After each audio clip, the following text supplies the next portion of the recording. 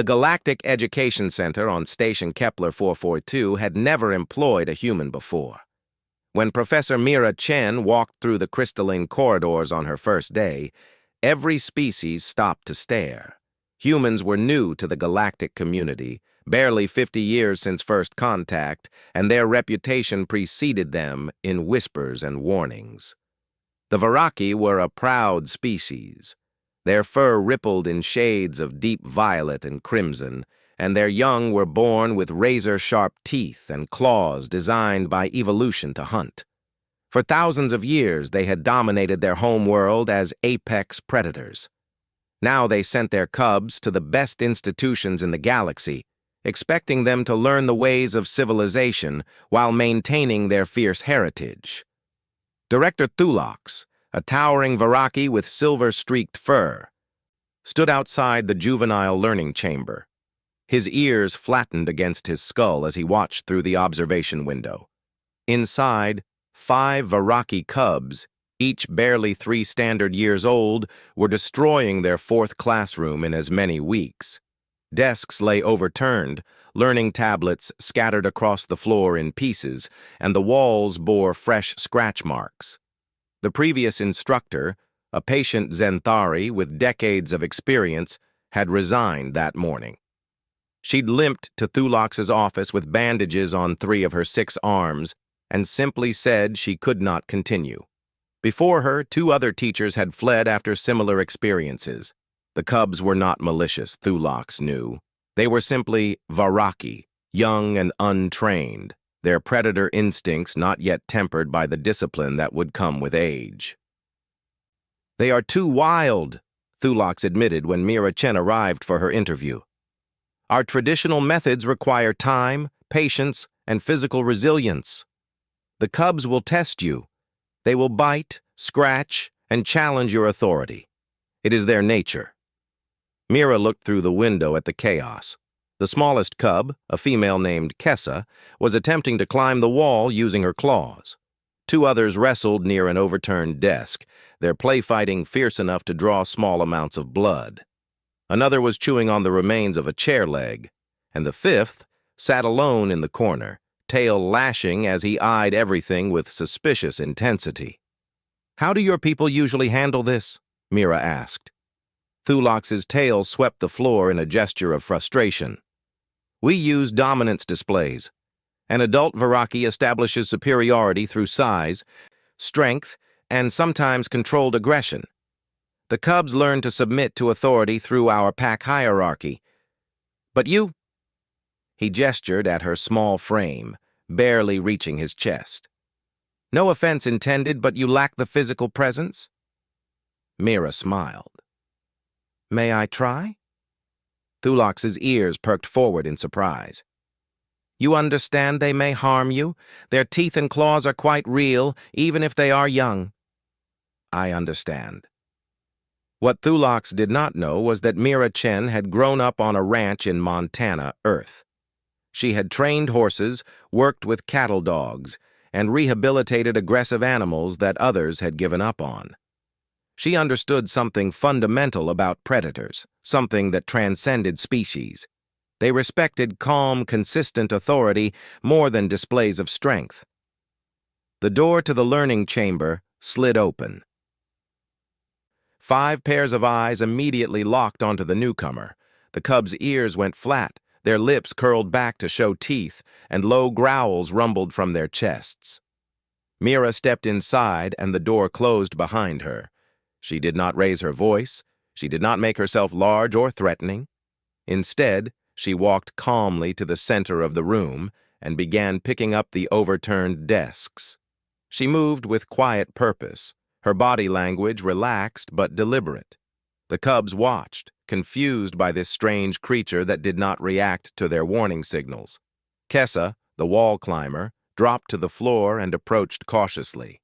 Her tail was raised, ears forward in curiosity. When she got close enough, she lunged forward and tried to nip at Mira's leg, testing this new potential threat. Mira's response was instant, but not violent. Her hand moved in a blur, and she knocked twice on the nearest desk with her knuckles. The sound was sharp and unexpected, like a crack of thunder in the enclosed space. Kessa froze mid-lunge, her pupils dilating in surprise. Mira looked directly at the cub, her gaze steady and unwavering. She did not blink. She did not back away. She simply waited, her presence filling the space with quiet authority. Kessa's ears slowly folded back, her tail lowered, and then, in a gesture that made Thulox gasp from his observation post, the cub lay down and placed her head on the floor in submission. The other cubs watched this exchange with intense interest. The two wrestlers had stopped their game. The chair chewer had dropped his prize. The suspicious one in the corner had stood up, every muscle tense. Mira continued setting up the classroom as if nothing had happened. She placed tablets on each desk, arranged seating in a semicircle, and prepared the learning materials for the day's lesson. Every movement was calm, purposeful, and confident. The second test came from Rakor, the largest of the cubs, and the one who had been chewing the chair. He saw Kessa's submission and interpreted it as weakness on Mira's part. Surely this small, soft creature could be challenged and defeated. He approached from behind, thinking himself clever and stealthy. But Mira had spent years watching for the subtle shifts in animal behavior. She heard the whisper of claws on floor, felt the change in air pressure. Without turning around, she knocked twice on the desk again, this time with more force. The sound reverberated through the room. Rakor stopped immediately. His hunting instinct told him that prey did not make such sounds. Only other predators, confident in their strength, gave such clear warnings. Confused and uncertain, he sat down instead of pouncing. Mira turned to face him, her expression neutral. "Sit at your desk, Rakor."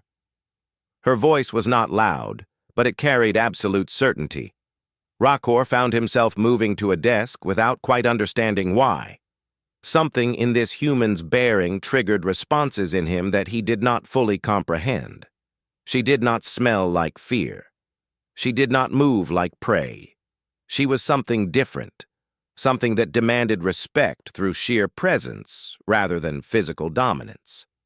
One by one, the other cubs took their seats.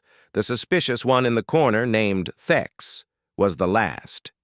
He watched Mira with narrowed eyes, his analytical mind working to understand this puzzle. Humans were supposed to be soft, weak, easy to dominate, yet this one had established control over 5 Varaki cubs without a single act of violence. The lesson began. Mira taught them about the galactic community, about the different species they would encounter, about the importance of cooperation and communication. She used simple words and clear examples. When cubs grew restless, she changed activities. When they became too rowdy, she knocked on the desk, always twice, always with that same authoritative sound. The cubs learned quickly that the knock was a boundary. It meant stop, pay attention, and remember your place. But unlike the aggressive dominance displays they expected from adult Varaki, the knock was not followed by punishment or violence. It was simply a clear signal, consistently applied, that created structure and safety.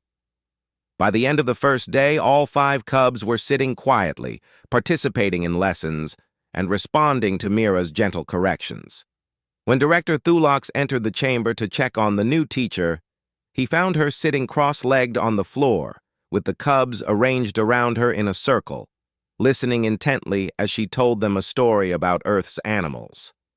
Kessa had moved closest, her head resting near Mira's knee, completely relaxed. Rakor lay with his chin on his paws, eyes half closed but ears still forward, absorbing every word. Even Thex, the suspicious one, had softened his posture and joined the group. "How did you do this?" Thulox asked after the cubs had been collected by their guardians. His voice held genuine awe. Mira smiled. "On Earth, we learned long ago that dominance is not about size or strength. It's about consistency, calm confidence, and clear boundaries. Predators understand pack hierarchy, yes, but they also understand and respect individuals who project quiet authority. Your cubs were not being bad. They were testing boundaries because no one had given them clear ones. She gestured to the desk where she had knocked. That sound became their boundary marker. It is not a threat, just a clear signal that means something specific every single time. Predators, whether they are wolves on Earth or Varaki cubs here, thrive when they understand the rules. They feel safer when they know what is expected.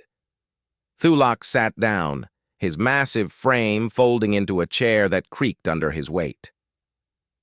We have spent generations believing that strength must meet strength, that our cubs needed to be dominated before they could be taught. You showed us something different in a single day. Humans have worked with predators for thousands of years, Mira explained. We domesticated wolves into dogs, trained big cats, worked alongside bears in some cultures. We learned that fear creates aggression, but respect creates cooperation. I did not make your cubs fear me. I made them respect the structure I provided.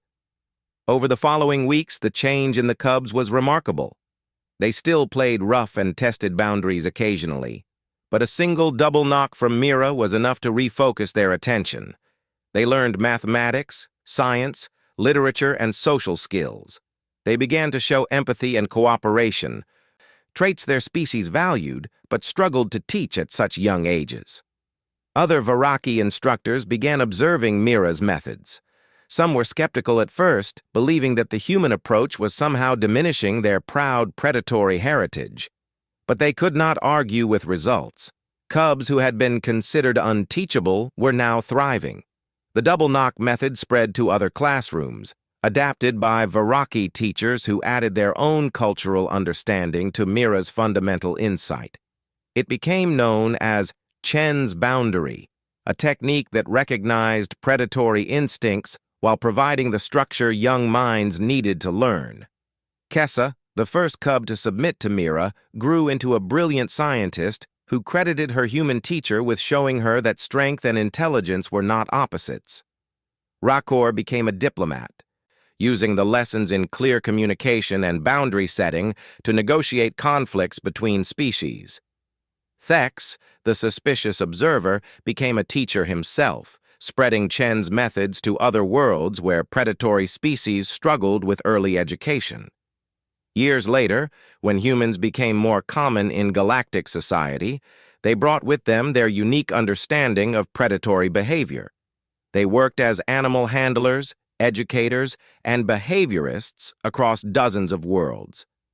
Their small size and soft appearance often deceived others into underestimating them, but those who worked with humans learned the same lesson Mira's cubs had discovered. Humanity had not dominated Earth through size or strength.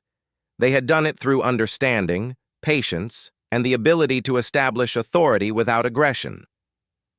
They had learned to knock twice, clearly and consistently, and wait for the world to lay its head down in respect. In the end, that quiet confidence was more powerful than any display of physical dominance. It was a lesson the galaxy was still learning, one classroom at a time.